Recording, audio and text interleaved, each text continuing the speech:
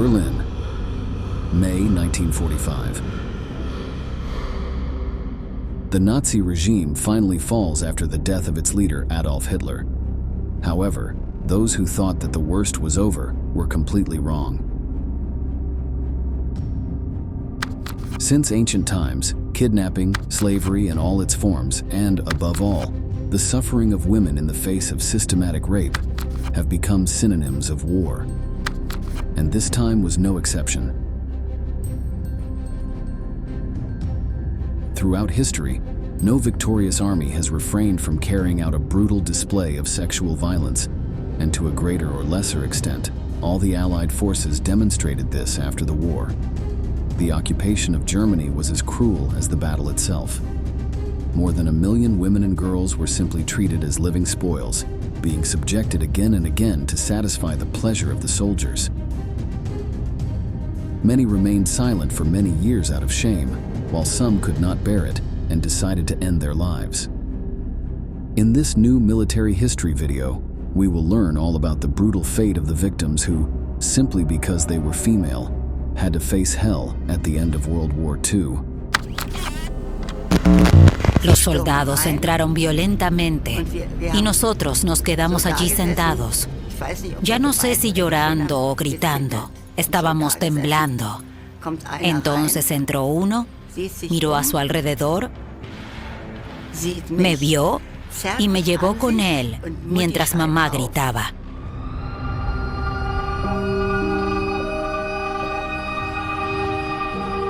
Recuerdo exactamente cómo me tiró al suelo en el umbral. Y allí ocurrió todo. Solo escuchaba gritar a mi madre. Después las dos nos abrazamos y lloramos.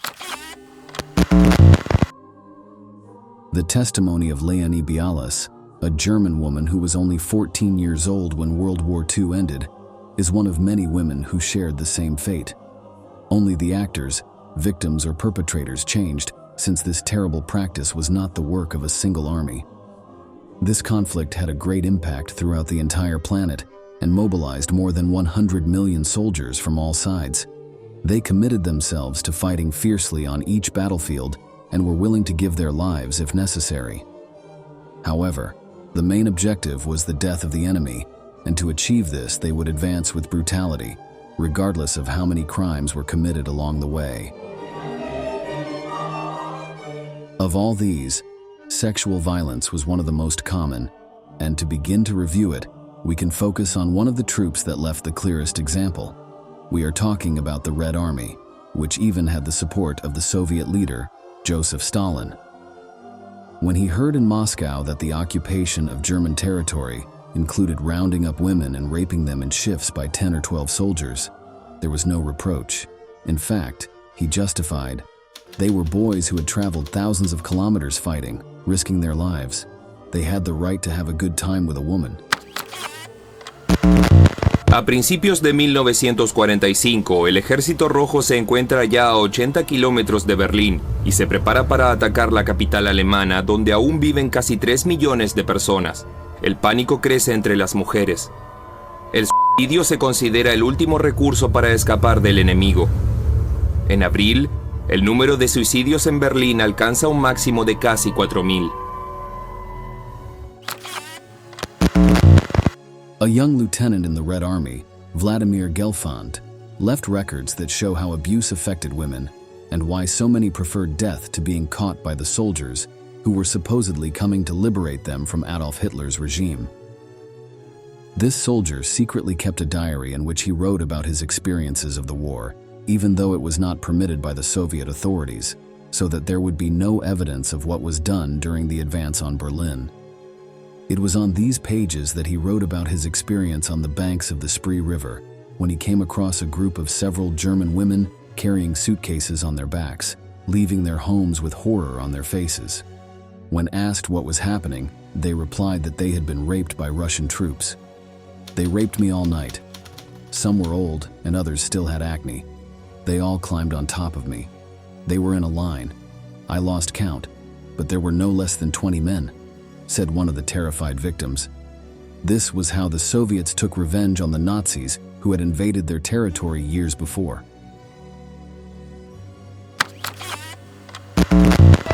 La venganza es sin duda un motivo importante, quizá el más importante, pero hay otros factores en juego, sobre todo la cultura militar interna del Ejército Rojo. No se concedían vacaciones, había un gran número de bajas, escasa cohesión y mala dirección. Los oficiales y suboficiales vivían bajo una gran presión que a su vez debían transmitirles a los soldados, y para liberar esa presión les daban rienda suelta.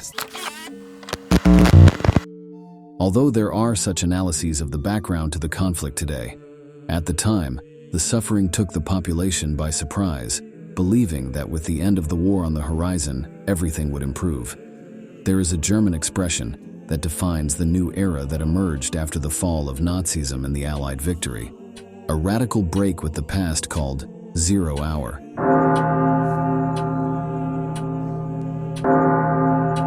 It used to be thought that from that moment on, everything would change.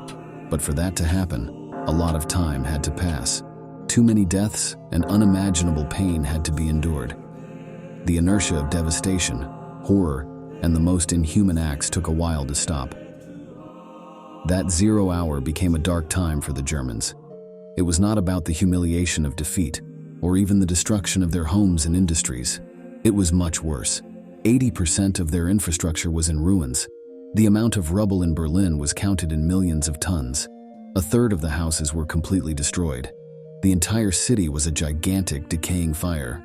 However, amidst the columns of smoke, the worst scene was that of the women suffering again and again at the hands of their brutal liberators.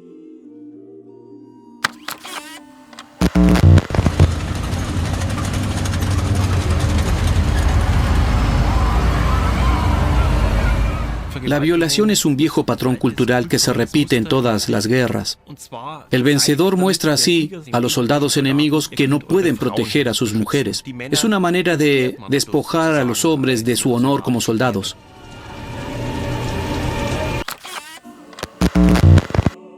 The food shortage in the burning German capital was a big problem. But this warlike view of hatred towards the enemy meant that food was not the most precious war booty. What the victors were really fighting over was women. Berlin became a hunting ground for all women, regardless of age. Soviet soldiers dedicated themselves to raping them under any circumstances. Even if they were teenagers, adults, elderly, strong, or sick, they were subjected by the combatants who joyfully celebrated each of these violent acts. From 12-year-old girls to 70-year-old women suffered equally, and more than 10,000 of them ended up dying because of these acts, either because of the aggressions received, because of complications with abortions after bearing children of their abusers, or if they could not find comfort for their body and spirit in the face of the atrocity, deciding to end their lives. The stories surrounding these crimes were incredibly brutal. Many of the German women tried to appeal to the compassion of their commanders, confessing that men from their battalion had attacked them. They showed their torn private parts, their underwear stained red with blood, and in the worst cases, they showed how their friends or relatives lay naked on the ground, mutilated.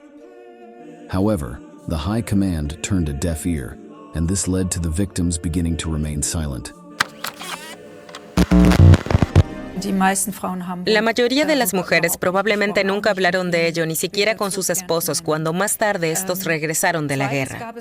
Por otro lado, el golpeado aparato estatal no podía ocuparse de este asunto. Ni la policía ni los tribunales alemanes tenían manera de actuar, por lo que tampoco existía un registro sistemático de los casos. Se calcula que entre verano y otoño de 1945, al menos 110,000 niñas y mujeres fueron violadas solo en Berlín. Muchas de ellas más de una vez, pero esta cifra es solo un cómputo aproximado. The Red Army's top brass were complacent about these aberrations. There were no orders, but there were no punishments, and no will to stop the chain of atrocities. Some historians maintain that there was a grace period in which anything was allowed. The repression and punishment of rapes took months to arrive. Meanwhile, the soldiers' tactics to achieve their horrendous objectives were changing. The victims were not always taken by force at the first moment. On several occasions, the Soviets arrived at private homes with food, and the hungry women opened the door for them, cooked, and then shared a pleasant dinner. After pretending that everything was fine, the soldiers tried to get closer as part of a natural situation, but if anyone refused, the owner of the property was sexually abused. This is how many German women ended up being caught, although experts say that it is rarely talked about. Yo era un botín de guerra.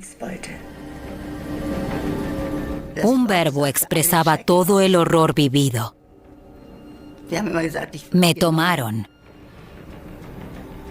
Decíamos siempre que hablábamos de ello. Tú misma te sentías culpable y sucia. En general puede decirse que apenas se habla de que todos los soldados cometieron actos de violencia sexual.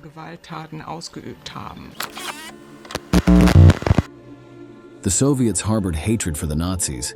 Any revenge against them seemed appropriate, and nothing was excessive. They were convinced that the Germans deserved the worst punishment, and in response to this brutality became the norm. Faced with this, women had to learn to disappear during hunting hours. Little girls remained hidden in the safest corners of their homes for days on end, and their mothers went out to do their business only early in the morning, when the soldiers of the Soviet Union were sleeping after getting drunk the night before. Another attempt to escape violence included dirtying their faces and trying to deform them while walking down the road dressed in rags, hiding their entire body from head to toe and limping. There were those who covered their skin with red dots pretending to have an illness. All were valid alternatives to avoid the brutal enemy. However, the greatest danger was often that a woman desperate to save her daughters would reveal the hiding place of other girls. Everyone did everything possible to survive, because the tragedy reached them all.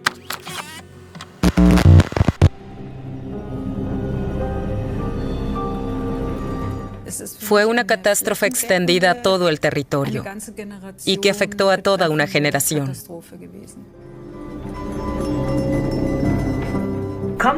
Vamos, mujer, a darle. ¿Cuántas veces me dijeron eso hace 70 años? All strategies to try to escape from the aggressors came to an end when a group of totally drunk soldiers wiped out anyone in front of them. Another weak point in the Germans' thinking was the management of drinks. The Nazi leaders had decided not to destroy the country's alcohol reserves when they retreated to Berlin. The hypothesis they were working with was that the Soviets, with their cultural propensity to drink, added to the long abstinence, would quickly end up drunk, and their combat capacity would decrease significantly. They believed that this was their chance to beat them, but the calculation, once again, turned out to be wrong. Those drinks taken without control made the situation much more difficult to handle. However, despite the fact that this generated great fear in the German women, we must understand that it was not only the Red Army that was behind the hell that women lived in this territory. Each one of the Allies was part of the enormous atrocities.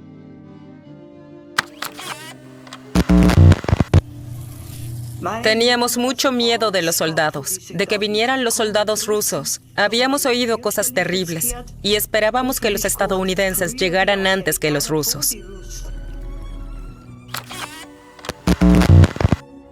At this point, we must bear in mind that war causes a dehumanization in all the protagonists. The idea of good and evil disappears into a dense gray, which makes even the most aberrant seem logical or proportionate to the context. The resentment for the damage caused became a driving force for revenge, while the greatest instinct for survival also played its part. This can be easily illustrated with two examples. On the one hand, observing how all the members of the Allied forces who witnessed the ferocious rapes not only accepted them, but encouraged them. And on the other hand, seeing that the victims' own compatriots, scared to death and afraid of reprisals, did not help the women who suffered the serious abuse in the least. At the same time that all this was happening, that cruel revenge continued, no matter which of the protagonists it came from.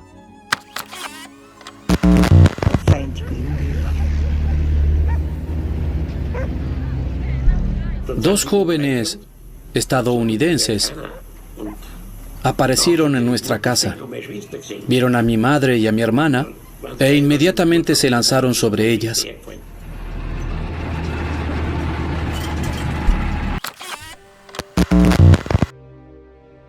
The Americans were quick to join in the atrocious practices displayed by the Russians, and for the female population, there were no longer any saviors. It was a difficult idea to assimilate, but there was no longer any preference for one army or the other. They knew that any enemy who set foot on German soil would only be accompanied by tragedy and pain. Lo cierto es que tanto en el Ejército Rojo como en el estadounidense prevalecía una imagen de depravación moral entre la sociedad y las mujeres alemanas. Eso pareció justificar el hecho de que no se aplicaran estándares éticos al tratar con ellas.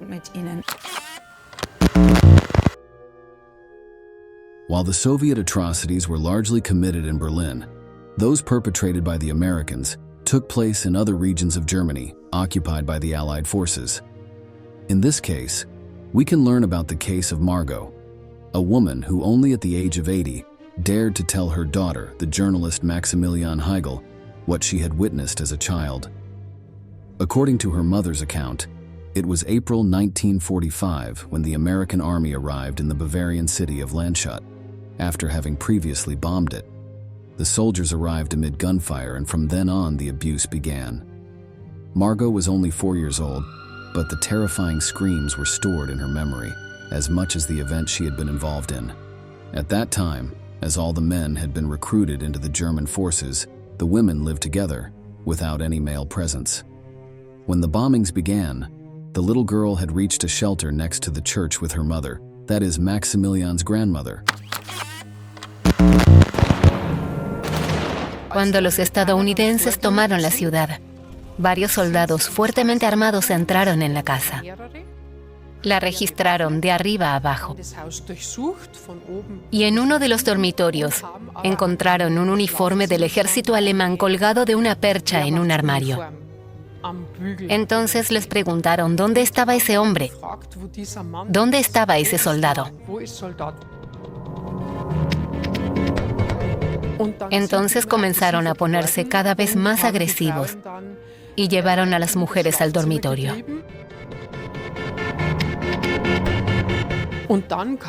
Una vez allí, uno de los soldados tiró a mi abuela sobre la cama e intentó desnudarla.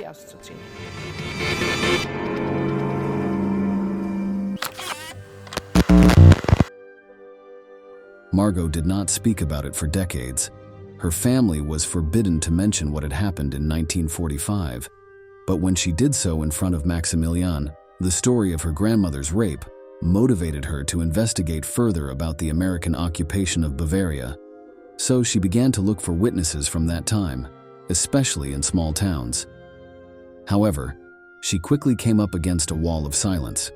She knew that there had been abuse in those places, but no one was willing to talk about it. The shame about what had happened was still present despite the years, but added to that was the pressure exerted by countries to deny the accusations, such as the Soviet Union, which claimed that it was all a smear campaign. Faced with this, once again the only way out for the victims was silence. Según mis estimaciones, como mínimo hubo unas 900,000 víctimas de violación. La cifra exacta de violaciones puede ser mucho mayor, porque muchas víctimas fueron violadas en repetidas ocasiones. Violadas por soldados aliados en las primeras semanas y meses tras la capitulación de la Alemania de Hitler, abusadas por quienes llegaron como libertadores, soldados estadounidenses, británicos, franceses y soviéticos. A clear example of this situation occurred in the region where the French troops were located. The French had the same feeling of revenge as the soldiers of the Soviet Union. They had been attacked by the Nazis, and their women had suffered the same abuses by the Germans. For this reason, they felt that their actions were more than justified in the search for a balance in the war. without thinking about who was paying the consequences of the decisions that Adolf Hitler and his commanders had made. After the French carried out their revenge, the credibility of the victims was put on the table. Se estima que varios miles de mujeres fueron violadas en la zona de ocupación francesa. Para el verano de 1945, como muy tarde, las consecuencias de esta violencia sexual eran patentes. Muchas mujeres quisieron abortar. Sin embargo, para ello debían haber denunciado antes la violación. Un ginecólogo formuló esta queja. En la mayoría de los casos, las mujeres no han hecho una denuncia oficial por vergüenza y miedo a la deshonra. Como resultado, en casi todos los casos fue necesaria una investigación tremendamente larga para distinguir los casos de violaciones reales de los falsos casos de violación. While the French and Soviets sought excuses for their behavior in the Third Reich's pre-attack, the other Allied forces used other means, but the result was always the same. In the case of the US troops, they crushed the enemy, basing their actions on the treatment their compatriots had received during the war or when they were captured. Los datos indican que los lugares más afectados por la violencia sexual de la guerra fueron aquellos en los que hubo una feroz resistencia contra la ocupación. También está el caso del pueblo de Moosburg, donde había un gran campo de prisioneros de guerra. Allí los soldados estadounidenses pudieron ver cómo habían sido maltratados sus camaradas prisioneros en Alemania. Eso pareció desatar una rabia particular entre los soldados estadounidenses, y hubo un número muy grande de agresiones sexuales, realmente sistemáticas. In many of these cases, the passage of the Allied forces also left stories of pain of another kind. As a result of the constant abuse, many of the women ended up pregnant. This caused that suffering to be exponential, since they would have a child who would remind them for life of one of the most atrocious events they had to suffer in life. Faced with this, the victims generally tried to have abortions, but in doing so, they put their own lives at risk. For this reason, on other occasions, they simply gave the children up for adoption. An example of this last alternative is that of Konrad Jahr. The United States forces occupied the city of Altenburg, and after 3 months of tormenting the German women who lived there, they left. However, they left their mark. 9 meses después, nace Konrad Jahr. Su madre lo entrega recién nacido a una familia. A los 8 años, la hija de esta familia le cuenta la razón.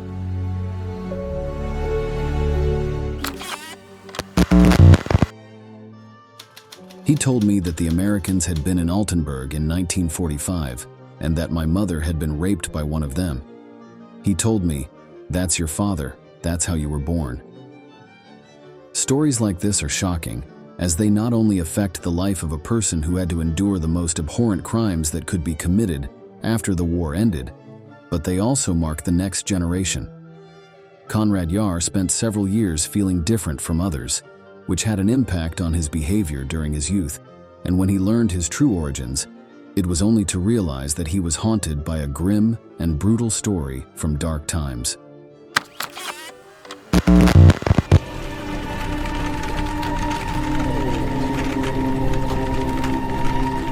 He pasado 40 años buscando mi identidad. Es una locura pensar que esa violación fue lo que me dio la vida.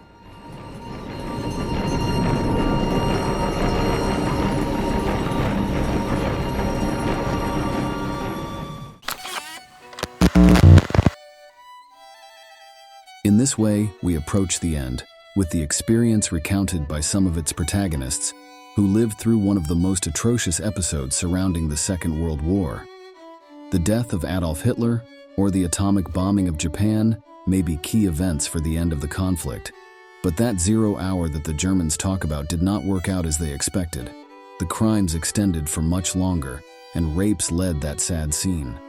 The conquest of Nazi territory is simply summed up in abuses, in choosing between giving in or dying, in frightened compatriots who looked the other way, and the only thing they hoped was that the brutality would pass quickly and as far away as possible from the women in their homes. Meanwhile, the victims of the new stage of the war were the same as always, and the methods of torture had not changed at all. It did not matter if it was the regime of the atrocious Führer or the supposed liberators, it was always the same end for women. Most of the younger women were unable to overcome the psychological debacle that befell them.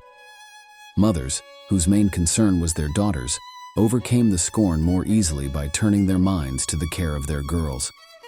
Others tried to forget the experience, and many of them were unable to get the idea of suicide out of their heads.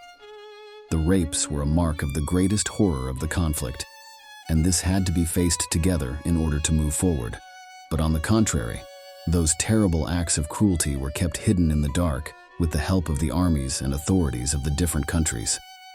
This only served to worsen the pain of the women who could not speak of their suffering for decades.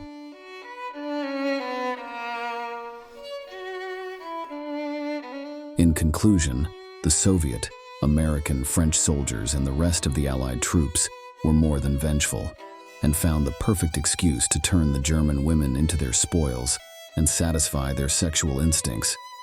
This is how another of the most savage pages of the war was written. Now, yes, the time has come to say goodbye. Thank you very much for joining us. We look forward to seeing you in our next military history video.